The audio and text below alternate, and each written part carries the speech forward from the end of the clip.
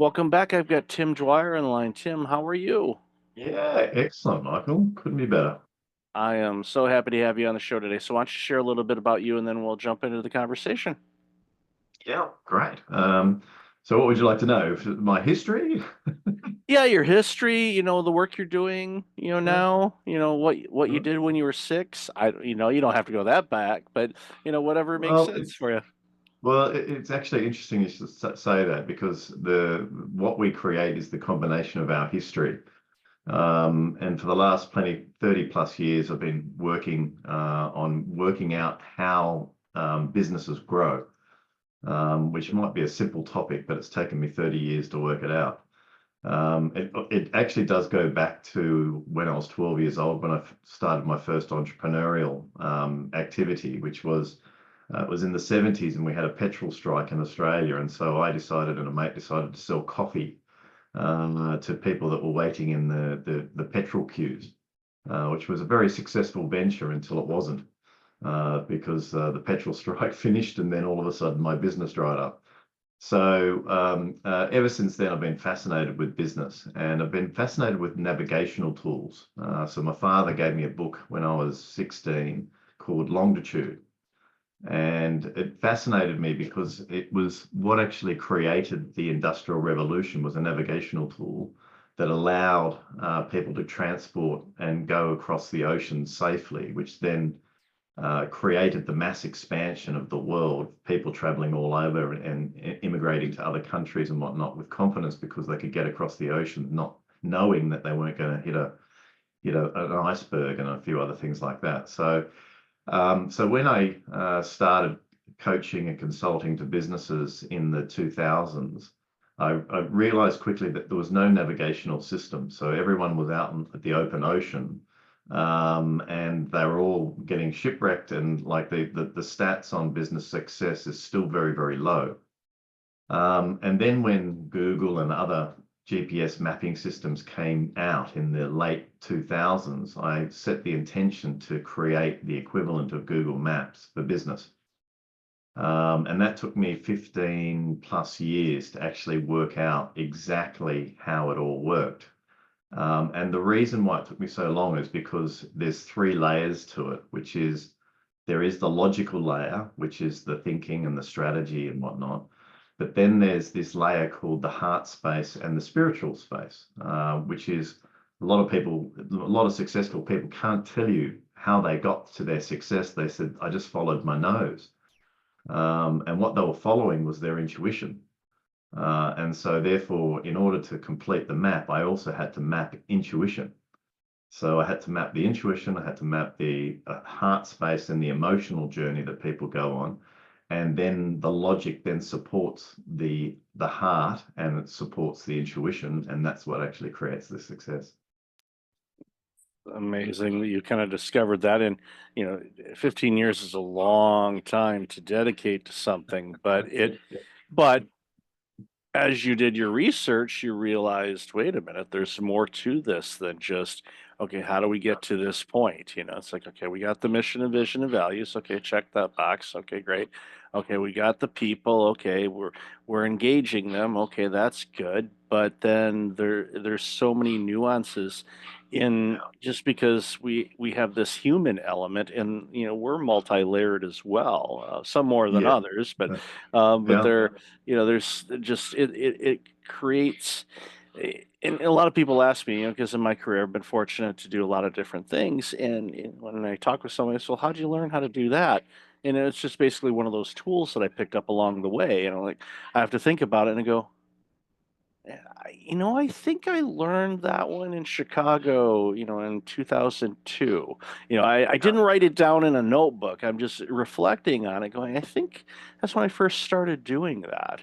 And Yeah. but it's one of those things where we bring all of those ingredients into the mix, and a lot of times we use them interchangeably. And Yeah. some again are Yeah. better than others at doing that if they are self-aware enough to know, this may work here, and have that courage to be able to do what you need to do. Yeah. Yeah.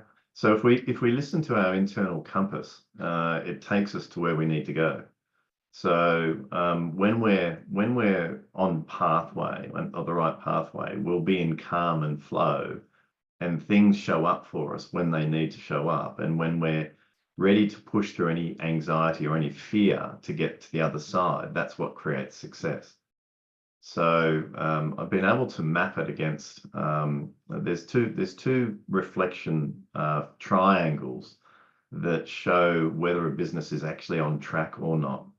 And they are Maslow's hierarchy and Cartman's drama triangle. So when we're actually in value creation, we normally sit in a calm flow state. But if we're not in a calm flow state, the opposite of that is drama. And when we listen to our emotion, for instance, we can listen to the drama and then work out what we need to build next. So example of that is if I'm feeling stressed, for instance. So stress is a direct correlation of time. So we then need to have a look at, well, are we over capacity, or are we scheduled properly, or is there something else that's creating the stress in our lives? Maybe it could be a belief about the fact that there's not enough time, and therefore we create the fact that there's not enough time. So there's four different elements that we look at when the time issue is in play. If someone's frustrated, that's usually a direct correlation towards a capability gap. So there's a capability gap either in the owner or the leadership team, or there's a capability gap in their team. It doesn't matter where the capability gap is, that the frustration sits in the person that has it. And it's their responsibility to work out where the capability gap is and then fix it or resolve it. So when we listen to our emotion, we can then listen to what it is that we need to do next. And then in order to do that, what I did is created a map that can point people directly to what they need to work on and in what order. But the key thing is listening to the inside and working from the inside out, as opposed to taking the cues from the outside and working from the outside in. One of the things when you mentioned the capability gap that came to mind was, a lot of managers and leaders struggle because, quite frankly, they were never properly trained on how to do their new role.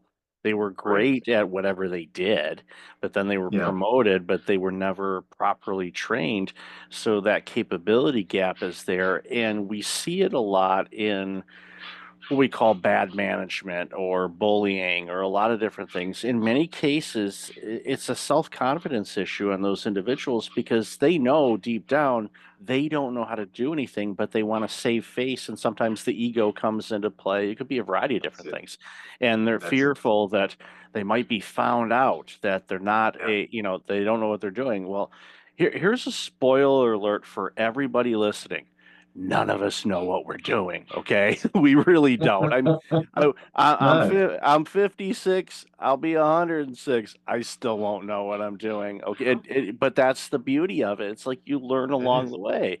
If you don't That's know how it. to do something, learn how to do it. I did something earlier today that I didn't know how to do. I learned how to do it, and I was like, Yeah. okay, well, and because I had the confidence. I learned how to walk. That was a pretty big deal. From there, it's like, okay, everything else will be easy. I'm saying that Mm. tongue in cheek. It's not, but that's a pretty big hurdle to go over when you're just crawling around and figuring out how everything moves.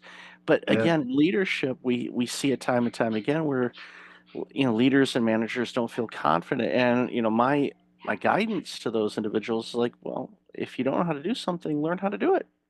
Yeah. And Yeah. Well, and there's go ahead.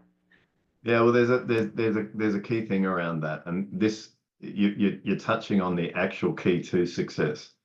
So if there's one thing that if a leader and an owner of a business or people working inside a business take on this one thing, their life will open up to them. Now, that one thing is what we call 100% responsibility for our emotions. So when we learn that no one can make us feel anything, and we learn to use our emotion as our compass, we can then use it to guide us into what we now need to learn. And then when we take 100% responsibility for learning that, then we pass through the next gate. Now, the opposite of that is when people blame others for how they feel. So that's what puts businesses into a spin. Now, sometimes people say, "Oh, well, I'll take 90% of what I feel, but the other 10%, someone else is to blame." Now, when that happens, it allows space for the blame game and the drama triangle to perpetuate itself inside a business. So an example of that is I'm not getting the outcomes for my clients, so therefore I'm going to blame my team for not getting the outcomes for the clients. When in actual fact, I blame no one. I take responsibility that my team hasn't been developed and I haven't trained them well enough to get the outcomes for the client. So as soon as every single person, like the best leadership teams I ever work with are the ones that flip across into every single person takes 100% responsibility for how they feel. And then they take 100% responsibility for their actions in a positive way to resolve the perceived negative emotion. Now, when that happens, a business absolutely opens up and flies, but it's a taught skill. So we're not taught about emotions and how to regulate emotions when we're our kids. We're not taught the 4 virtues of how to create the most wonderful life. We don't teach that at schools anymore. And as a result of that, everyone's, as I said at the beginning, everyone's in the ocean without a navigational tool, and they're running their emotions with unconsciously making decisions through the negative emotions. Yeah, and you're in the middle of the ocean and you're not sure which way north, south, east, or west is. Yeah. Hopefully you're a good swimmer, because, or if you're in a boat, hopefully that boat is solid, because Yeah. yeah, you may, it's like, yeah, smooth sailing now, but there's a storm coming. If you don't recognize that, you could be heading directly into it instead of away from it. And we see that Yeah, time and time again with we do. leadership, that they don't see something down the road. And I had a conversation with an organization yesterday, and I asked them, how things were going, from, because economically speaking, in certain parts of the world, it's been a little challenging over the last 5 years, lots of ups and downs, whether it's pandemic, inflation, wars, you name it, the same old stuff that we have from time to time in humanity. But I asked, how are they doing? And they said, we're on solid ground and we're doing this, but then we want to, we're looking to take on this gigantic project that is, they're basically punching above class. They're Yeah, a super lightweight, and they're going into the ring with a heavyweight. Now, biblically speaking, you could revert to David and Goliath and that story, but in this particular situation, I'm like, do you know what you're getting yourself into? Because that is a completely different arena, different skill sets, different parameters, different everything. And I love their confidence, but knowing that industry as much as I do, I'm like, I don't think you're ready. And I had to frame it in such a way where I didn't want to hurt their feelings per se, but I wasn't going to do them any favors by saying, you've got this, you can do this, when I know if they don't rethink this or recalibrate in a few areas, they're going to get demolished, and I don't want that for them. So, I yeah, left that meeting going, that wasn't, that wasn't comfortable for them to hear, but they needed it, and hopefully they'll make, the right choices. If they still want to pursue it, by all means do it, but understand, there's a few steps that they're not thinking of, because they don't know about them. But I think that's one of the no. reasons why it's so important to have, again, those navigational guidelines and whatnot. So I want to segue over to your book, and because I know, So go ahead. I'm yeah, sorry. no, no. Just before we go there, I mean, I can include the book in this. So, um, what happens is it's like when you said before that people get promoted beyond their capability, right? When that happens and they're not given the tools to develop themselves, and create the capability, or they don't find those tools themselves to create the capability, what ends up is drama, and drama then sinks a business. Now, when you've got a tool and when you've got a navigational system, you can preempt what's actually going to happen in the future before you make a decision to promote someone, or in your case, what you just mentioned there, before a business decides to take the next big leap. If they know what the next big leap looks like, they can pre-build the capability or know that they need to commit to creating that capability to create the success in that next venture. It's when they don't know what the capability is coming up that they need, is when they then fall into the trap of making a too big a decision, not having the capability, not developing the capability, and as a result, that venture then fails. So in the Ptolemy book, and the Ptolemy map, what I've written is all the different spin and spring cycles. Now, there's ways that you pre-build infrastructure inside a business for the next jump, for the next leap, for the next spin cycle that it's going to take. Now, I'll give you some examples. Like if we just take mathematically for a moment, 95% of businesses don't get past 10 people. You can put that into Chat GPT, and in the US, you'll see that less than 95% of businesses get past that. And the reason for that is management capability. They need to learn how to look at capacity. They need to look at how they transfer skills through capability, and they need to learn how to manage time really well. Now, once a business has those foundational points, it can grow through nicely through between 10 and 20 people. But then once a business goes past 15, it needs to have really solid cultural agreements in place, because now the founder is no longer doing all the hiring. And so therefore they need cultural agreements in to make sure they bring culturally aligned people into a business, because businesses succeed because of capability and culture. And they also fail because of a capability gap or a cultural misalignment. Now, once a business has the cultural agreements in place, it then goes through to 20 to 30 people, where it can realize it can start to specialize and get different product lines in place to complete a much bigger picture for the customer experience. So again, that's the next growth cycle. And when businesses learn how to specialize, but also come together in an integrated approach to the customer experience, then the business can grow all the way through to 120 plus with a lot of ease. Now, this is when I talk about number of people, I'm not necessarily talking about employees, because in today's society, we can actually grow businesses with AI, and we can grow businesses with contract people. And so, but it's still energy coming into the business. So it doesn't matter whether it's a contractor or another organization that's coming to do services for you. The same principles apply, that it's both culture and capability are the keys to success.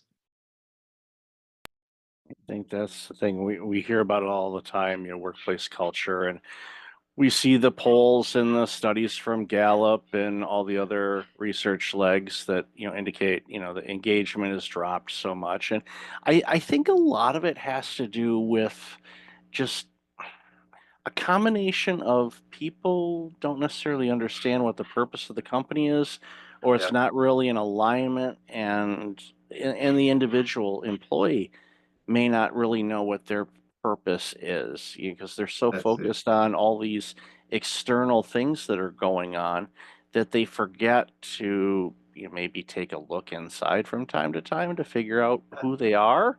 And I know, a lot of the therapy work that I've done, that's a dangerous and scary place for a lot of people. They don't want to Yeah. look within. And I tell them, I understand why. I've been there. I get it.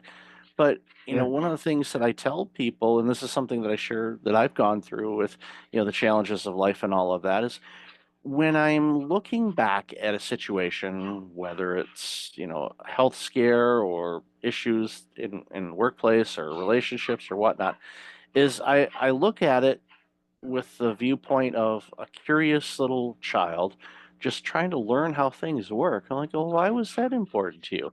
But not beating myself up when I'm doing it, because life does a good enough job of that. I'm like, why was that important? What were Yeah. you trying to accomplish with that? What was Yeah. something you were hoping to get out of that?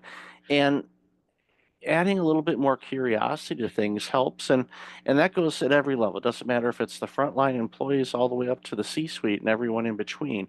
It's like, approach things with curiosity and go, maybe we could try this and see if that Yeah. works. Or, what, Yeah. Well, what is our, go ahead. there's there's actually a formula for it, Michael. So the thing is, a lot of people will do culture in a ticks box way. They'll go, okay, we've done culture now, we've got the values, we've got the mission, we've got the purpose. A lot of the time it sits in a wordsmithing space. It doesn't actually come from spirit. And if it sits in the logical space, it doesn't actually land, and so therefore it's not lived. So I'll give you a couple of examples. I often, like so many times, I'm invited into a business, and they're successful businesses, very successful. Some of them are leading businesses globally.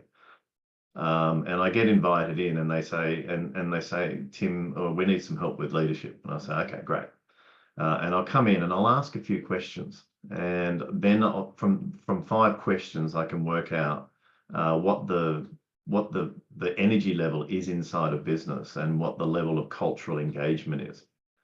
Now, this one of the ones I was working with quite a while ago, very successful software businesses, and software businesses make a lot of money so that they can give their staff a lot of perks. This particular one, they had a barista inside the business, they had a chef inside the business, and everyone got wonderful food, wonderful coffee every single day. Really well nurtured. And I said to the owner, I said, wow, this is amazing. I bet everyone must be really grateful for this. And he said, no, they take it for granted. And I said, oh, hang on a minute. Then I asked him the question. I said, what's the percentage of time do people talk about people? And he goes, they're talking about people all the time. I said, oh, okay. And I said, do people work together collaboratively across teams? And he said, no, we're all in silos. And so all the different questions were leading to the fact that they were actually in quite a bit of drama, even though they were so successful. And I said, what do you want to do? And he goes, look, I just don't like being here at the moment. I want to come back and fall back in love with my business. And I said, right, no problems. So the key thing around this is we have to get the leadership team connected back to a vision of what they want to create in the future. See, if we lose vision of what we want to create in the future, then that actually then creates space for drama to ensue. Now, in this case, the vision was always there. It just wasn't actually articulated in a way that could be shared with the entire business. And that's where we talk about brand. That's where we talk about gaps in the market. That's where we talk about business models. But that, again, sometimes can be a little bit logical, but at least we get it out of the logic, and then we can get it out of the person's real drive for what started the business in the first place, and get them reconnected to their essence of what they wanted to create from day one. Now, once we get that done, then we can put the cultural agreements in place to sort of say, here's where we're going, who wants to come on board? And if you're coming on board, here's the cultural agreements that we're all going to make. We're going to all mentor each other. We're going to develop each other. If we find a capability gap in someone, we're going to circle around that person to work out how we can give and develop that person so that they can close that capability gap. And when that happens, you see real magic really starting to happen. And when that starts to really shine bright inside a culture of a business, it becomes an absolute magnet for the marketplace. So when I say magnet, people want to join to work at the business, people want to buy the products and services, and sales becomes absolutely effortless because the energy inside the business is so positive. It takes a little bit to do it, but the thing around it is culture is not a tick the box. Culture is everything. Culture is the energy that magnetizes a business. And when you walk into a business like that, it's incredible.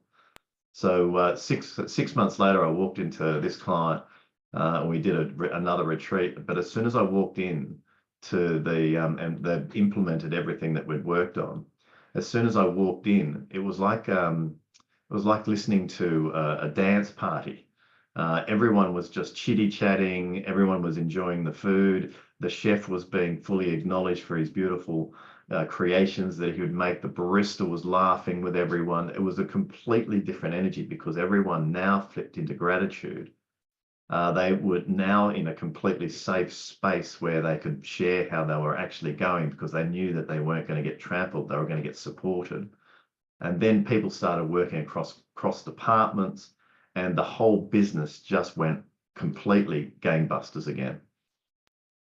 Yeah, it's a beautiful story, and it involves intent and accountability and finding people where they are and, creating that space for them to thrive. And when you put those ingredients together, that's when you see magic, Tim. So love Yeah, this it's awesome. conversation.